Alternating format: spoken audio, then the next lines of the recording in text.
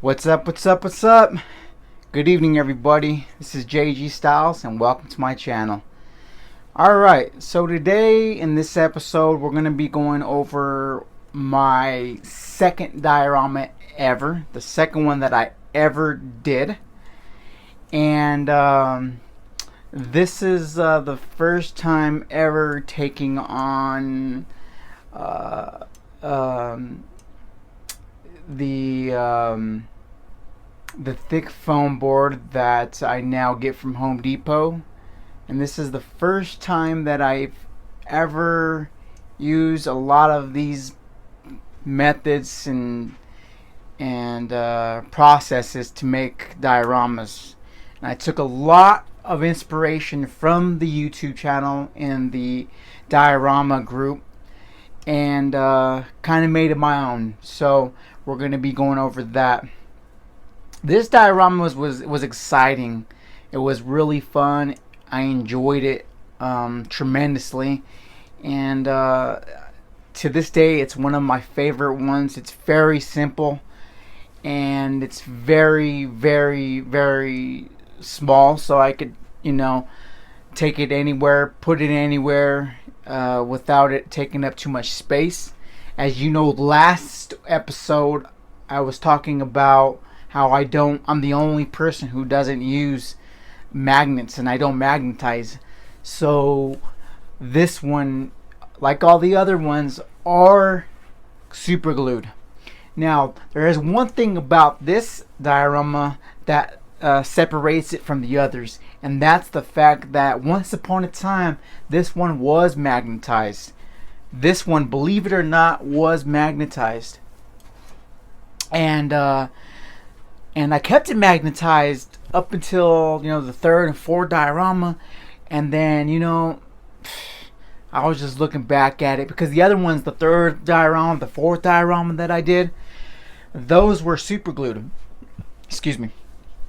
So as I was doing those ones and I was completing those ones, I was like, you know what, man, let me screw it. Let me just super glue these ones as well also. So that's what I did. I super glued this one, but initially this was supposed to be magnetized. But it didn't always stay that way. Alright, so this one is my exterior warehouse diorama. It's not a warehouse. It's not the interior warehouse. Initially, when I was doing this diorama, I wanted to do an interior warehouse diorama.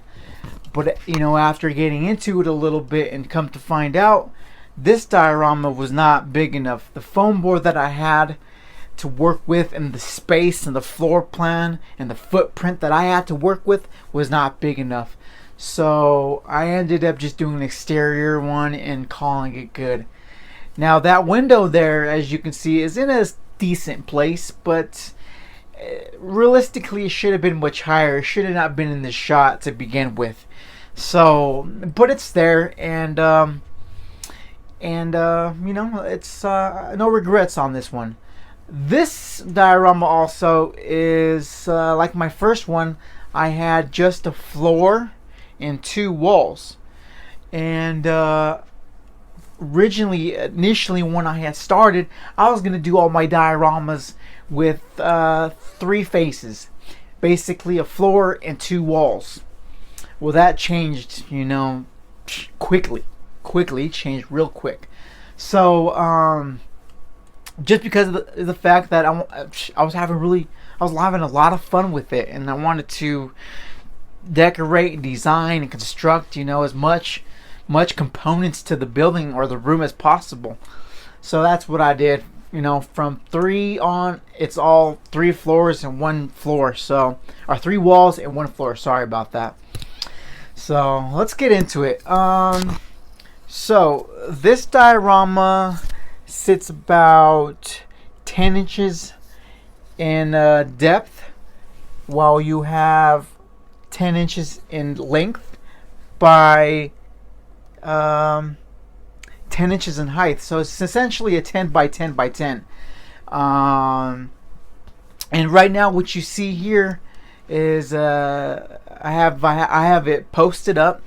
I have my props out there, and this one I would consider to be finished, only except that I hadn't completed the exterior louver grill right here. So that's the only thing left to do. I sometime around I want to come by and do finish the electrical conduit right here. You know, touch that up a little bit.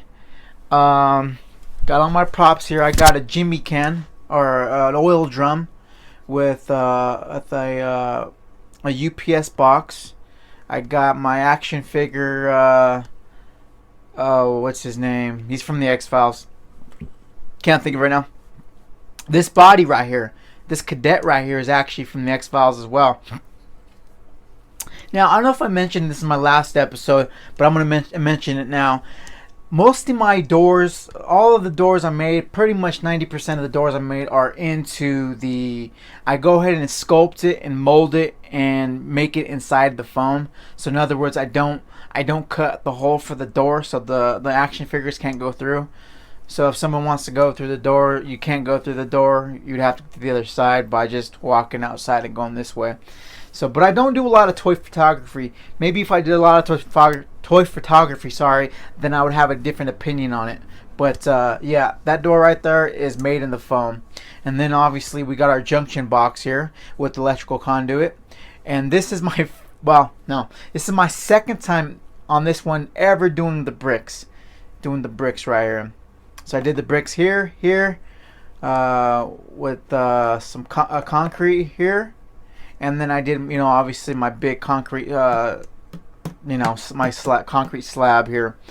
But yeah, I mean, there's not much to say on this one other than the fact that, you know, it was my second one. It was the first time that I had attempted to magnetize. It's not that big. Obviously, it's a 10 by 10 by 10. It got 2 walls and a floor.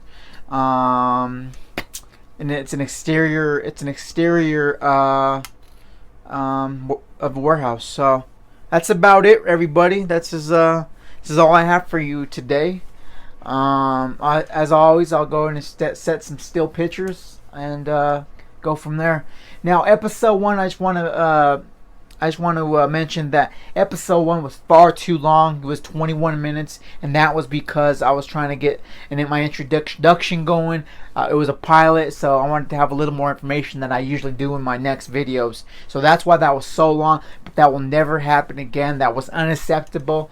And just, you know what? I'm just going to have a good time with this. So please, like my video, subscribe to my channel, and pass this along. With that, everybody, I would like to say peace. Thank you for watching, and God bless. Have a good night. Thank you. Oh, one more thing, everybody. Before I get out of here, forgot to mention on this one, and right now I am mobile with my phone, so it's not on the pod anymore. But just want you to take a look at the floor real quick. See this circle thing right here? Well, that circle thing, the circle object, not really object, but circle 2D geometry in the floor was supposed to be my first attempt at a manhole, and I couldn't do it, and to this day I still haven't been able to make a manhole. So that was my attempt to make a manhole, and yeah, just couldn't get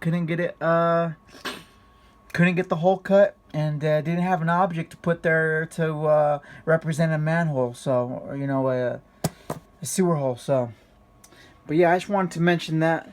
And I think from now on, I'm gonna do have my phone on my tripod, some of the video, and some of the video have it off the tripod, as long as you're not getting, you know, as long as it's not getting too crazy and I'm not making you guys seasick. I think we'll be all good, all good. So, but yeah, here's a little close-up of it. Yeah, it's a pretty cool diorama here. I like this one a lot. Alright, everybody, that's it. That's all I had to say.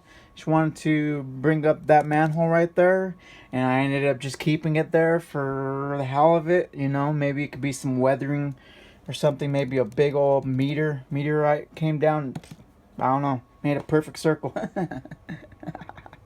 But anyways, all right. God bless everyone. Good night. Peace.